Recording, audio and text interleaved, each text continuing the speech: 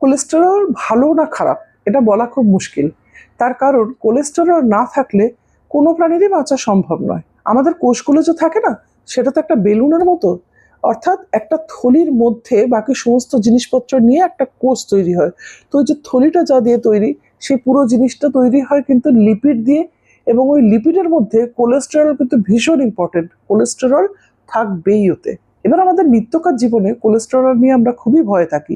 কখনো বলে থাকি কোলেস্টেরল বেড়ে যাচ্ছে, ওরে বাবা কি হবে, হার্ট অ্যাটাক হবে। এগুলো মিথ্যেও নয়, আবার এটার জন্য একটুখানি ভালো করে বুঝে নেওয়াও দরকার।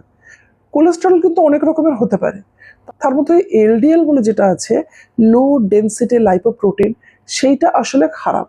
সেটা যদি বেড়ে যায় তখন কিন্তু সমস্যা হয়, হার্টের প্রবলেম হতেও পারে, এবং সেটা আমাদের রক্তবাহের মধ্যে জমেও যায়।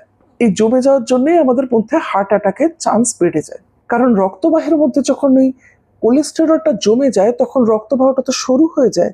এবার তার মধ্যে দিয়ে জোরে যখন রক্ত ফ্লো করে, তখন ওই কোলেস্টেরলগুলো টুকরো টুকরো হয়ে ছিঁড়ে যেতে পারে।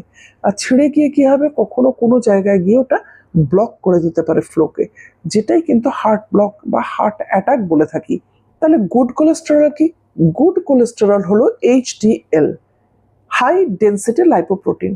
আমাদের ওই জন্যই এমন খাবার খাওয়া উচিত যেগুলোতে এইচডিএলটা বেশি থাকবে বা বাড়বে, এলডিএলটা কম থাকবে বা আমাদের শরীর থেকে ধীরে ধীরে কম হয়ে যাবে। এইচডিএলটা আমাদের হার্টকে কিন্তু হেল্প করে, সাপোর্ট করে আমাদের হার্টের ভালো থাকাটাকে। তাই এবার থেকে চিপস আর চুরমুর খাওয়ার বদলে কয়েকটা বাদাম খান, ভালো থাকবেন। আমার ভিডিও যদি ভালো লাগে প্লিজ একটা লাইক করে দেবেন, আর চ্যানেলটা সাবস্ক্রাইব করবেন। ভালো থাকবেন।